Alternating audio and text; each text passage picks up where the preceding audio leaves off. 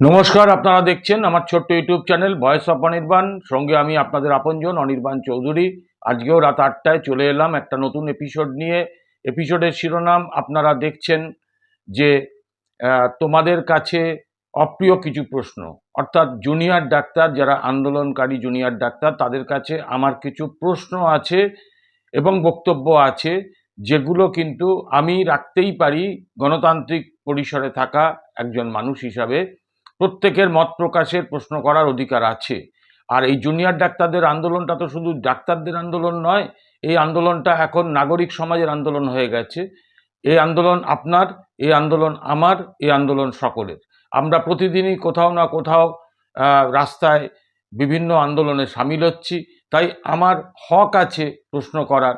সেই জন্যই আমি কিছু প্রশ্ন করব, কিছু কথা বলবো, যেগুলো দেখে বা শুনে আপনারা কেউ এটা ভেবে নেবেন না যে আমি জুনিয়র ডাক্তারদের প্রতি শ্রদ্ধাশীল নই, কিংবা এটা কেউ মনে করবেন না যে আমি জুনিয়র ডাক্তারদের কাছে এই প্রশ্নটাই করছি, কেন রুগীদের কষ্টে ফেলে আপনারা এতদিন ধরে কর্মবিরতি পালন করছেন, অথবা কবে আপনারা কাজে জয়েন করছেন। না, এর কোনোটাই আমি প্রশ্ন করব না। আমি এই জুনিয়র ডাক্তাররা প্রত্যেকেই আমার থেকে বয়সে অনেক ছোট, সেই জন্যই শিরোনামে তাদের তুমি বলে উল্লেখ করেছি, এটা প্রথমেই বলে রাখলাম। কিন্তু তাদের প্রতি আমার সম্মান একেবারে 100 ভাগ আছে। এই কারণেই আছে যে আমি এদের ব্যথা বেদনাটা কিছুটা বুঝি, এই কারণেই যে আমার একমাত্র কন্যা, সেও কিন্তু এই ফেটার্নিটির সঙ্গে যুক্ত। আমার কন্যা রাজ্য সরকারের একটি কলেজ থেকে অত্যন্ত যোগ্যতার সঙ্গে পাশ করে সে কিন্তু এখন কেন্দ্রীয় একটি হসপিটালে কাজ করছে। তাকেও নাইট ডিউটি দিতে হয়। একজন কন্যার পিতা হিসাবে আমি নিজে সমব্যথী এই ঘটনার এবং আন্দোলনের প্রতি পূর্ণ সমর্থনকারী। তাহলে বলবেন যে আপনার প্রশ্নগুলো কি?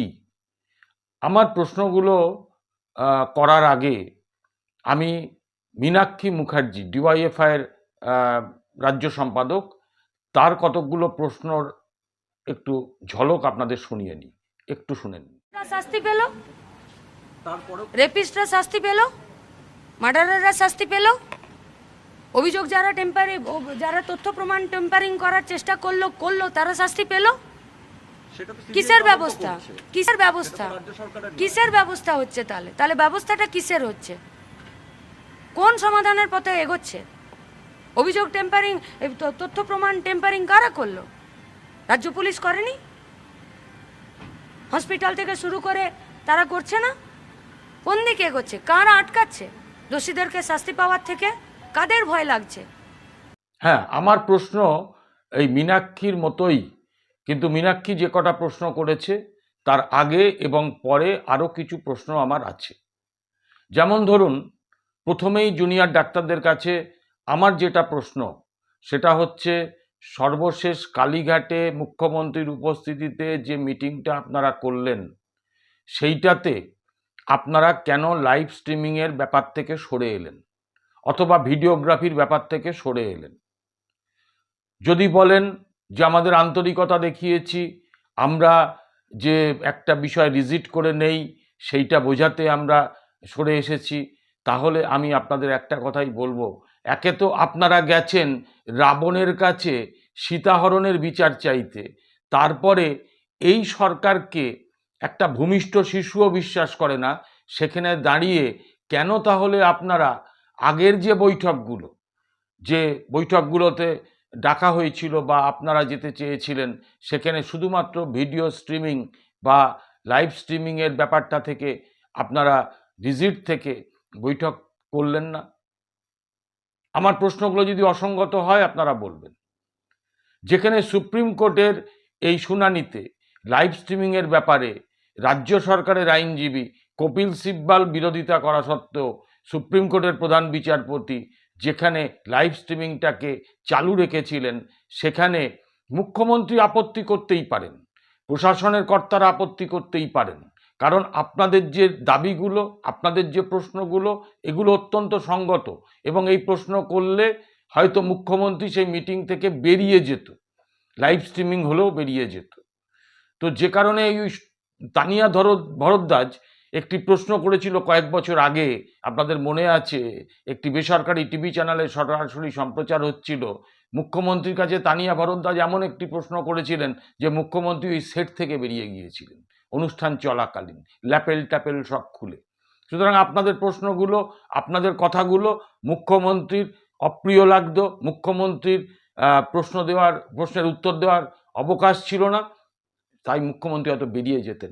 কিন্তু আমার প্রশ্ন হচ্ছে, যে সরকারের ওপর একটা ভূমিষ্ঠ শিশুও বিশ্বাস করে না, তাকে বিশ্বাস করে আপনারা একেবারে সব দাবি মেনে নিয়ে সুবোধ বালক বালিকার মতো কেন আপনারা শুধুমাত্র স্টেনোগ্রাফার নিয়ে গিয়ে ওই মিনিটসে সই করিয়ে ক্ষান্ত থাকলেন? আমরা তো এই আন্দোলনের শরিক, নাগরিকরা তো এই আন্দোলনের শরিক। আপনারা কি কথা বলছেন, কথার পৃষ্ঠে কি কথা হচ্ছে, মুখ্যমন্ত্রীর কি অ্যাটিটিউড, প্রশাসনের ব্যক্তিত্বদের কি মানসিকতা, আপনাদের দাবিগুলো কতটা জোরালো, এই সবগুলো জানার তো আমাদের প্রত্যেকের অধিকার আছে। কারণ সারা রাজ্য, সারা দেশ, এমনকি সারা বিশ্ব তাকিয়েছিল আপনাদের ওই মিটিংয়ের দিকে। অবশেষে আপনারা লাইভ স্ট্রিমিংয়ের দাবি ছেড়ে, আপনারা ভিডিওগ্রাফির ডিমান্ড ছেড়ে শুধুমাত্র মুখ্যমন্ত্রীর কথা মতো আপনারা গিয়ে ওখানে মিটিংয়ে বসলেন, কয়েক ঘন্টা ধরে ওখানে অতিবাহিত করলেন মিটিং করে মিনিটস লেখার কাজে। তারপরে আপনারা ওখান থেকে বেরোলেন। মুখ্যমন্ত্রী আপনাদের থেকে আগে উনি পরিষ্কার বলে দিলেন যে পুলিশ কমিশনার, তারপরে হচ্ছে ডিসি নর্থ এবং স্বাস্থ্য দুইজন অধিকর্তাকে আমরা সরিয়ে নিলাম। এতে সমস্যার সমাধান হলো? ডিসি নর্থকে সরালেন, ওয়াই নট ডিসি সেন্ট্রাল, যিনি একেবারে সাংবাদিকদের সামনে মূল অপরাধী অভিজ্ঞদের ছবিটাকে ক্রপ করে মানুষের সামনে দেখালেন, যে ওনাকে আড়াল করার চেষ্টা করলেন। তারপরে একটি ছবিতে ওনাকে একজন ফিঙ্গার এক্সপার্ট বলে পরিচয় করালেন। তাহলে সেই ছবি যিনি প্রচার করতে পারেন, যিনি বিকৃত করতে পারেন তথ্য, তাহলে তাকে কেন আজকে আপনারা এই সরানোর জায়গা থেকে সরে এলেন?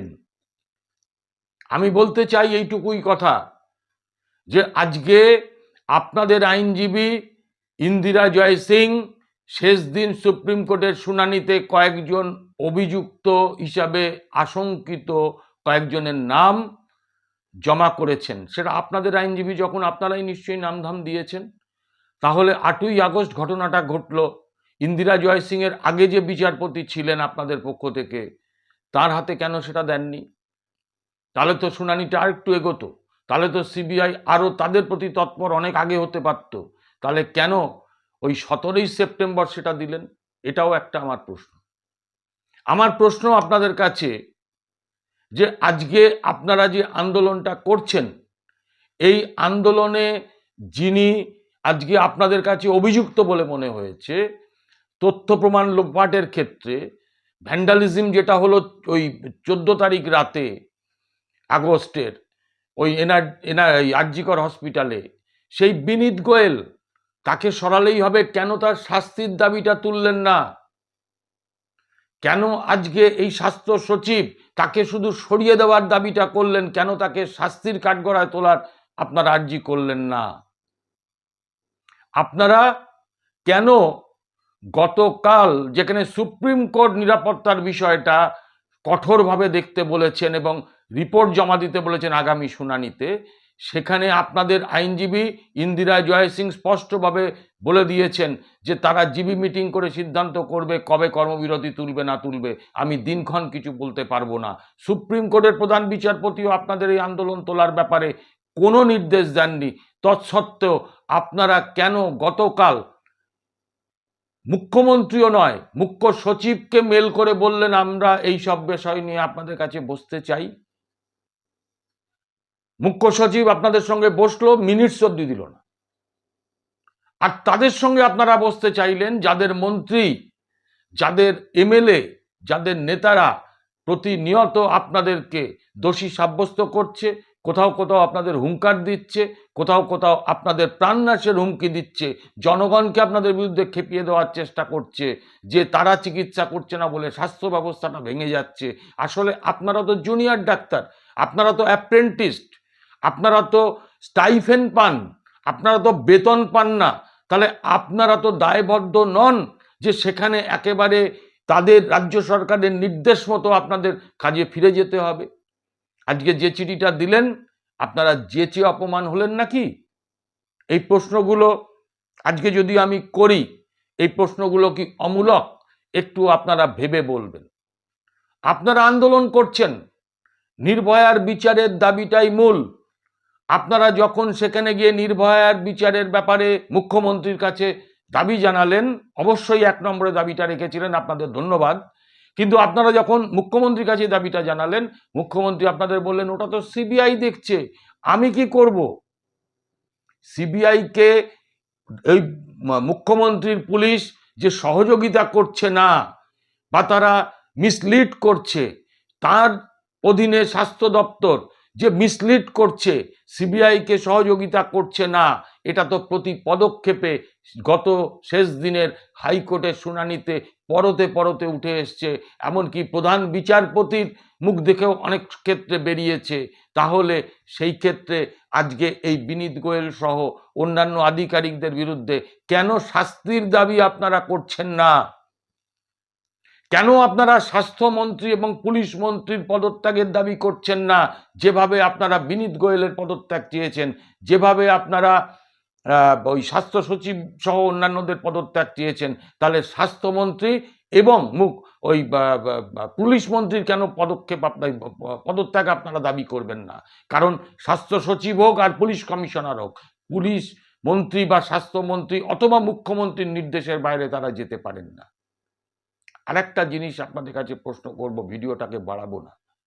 আপনাদের কাছে প্রশ্ন যে আপনারা ওই ছাত্র সংসদের নির্বাচনের দাবি তুলছেন, অথচ এই কদিন আগে ভগবানপুরে একজন ডাক্তার আক্রান্ত হলেন কর্মরত অবস্থায়। একজন রুগী এলেন, তার কাঁধের হাড় ভেঙে গেছে, সেই প্রাথমিক স্বাস্থ্যকেন্দ্রের ডাক্তার সেখানে কোনো মেডিকেল অ্যাপারেটাস নেই, একটা এক্সরে মেশিন পর্যন্ত নেই বলে তাকে ট্রান্সফার করেছিল। রুগীর বাড়ির লোকেরা তার উপর আক্রমণ করলো। দোষীদের পুলিশ এখনো সেভাবে সবাইকে ধরেছে বলে আমরা জানি না। তাহলে আজকে সেই ডাক্তারের কথাটা আপনারা উল্লেখ করলেন না কেন? কেন আপনারা রাজারহাটে একটা মহিলা নার্সের শ্লীলতাহানি করা হলো, সেই দাবিটাকে এখানে উত্থাপিত করলেন না? আপনাদেরই তো ফ্যাটার্নিটির এরা। আমি বলছি এ কথা, আপনারা যদি মনে করেন এই মুখ্যমন্ত্রীর কাছে হাত কচলে আর বারংবার গিয়ে বসে আপনারা সুবিচার পাবেন, তাহলে কিন্তু ভুল। আজকে বিনীত গোয়েল গেছে, মনোজ ভার্মা এসেছে, স্বাস্থ্য আধিকারিক একজন গেছে, আর একজন এসেছে, তাদের প্রাইজ পোস্টিং দেওয়া হয়েছে যেভাবে ওই সন্দীপ ঘোষকে দেওয়া হয়েছিল। তাহলে আজকে আপনাদের বলি যে আপনাদের প্রতি, আপনাদের আন্দোলনের প্রতি সম্পূর্ণ আশা ভরসা বিশ্বাস রেখেই বলছি, আমিও আপনাদের সঙ্গে রাজ্যে গেছি ওই স্বাস্থ্য ভবনে। আমি আপনাদের শুধু বলবো, এই মুখ্যমন্ত্রীর কাছে হাত কচলে লাভ নেই, এই মুখ্যমন্ত্রীর কাছে দাবি করতে হবে, এবং সব থেকে বড় দাবি হলো স্বাস্থ্যমন্ত্রী এবং পুলিশ মন্ত্রীর পদত্যাগ। এই ধক আপনাদের আছে? আজকে এইটুকু বলে আমার প্রতিবেদন আজকের মতন শেষ করছি। আগামীকাল রাত 8টায় আসবো আর একটা নতুন এপিসোড নিয়ে। সকলকে ধন্যবাদ, ভালো থাকবেন।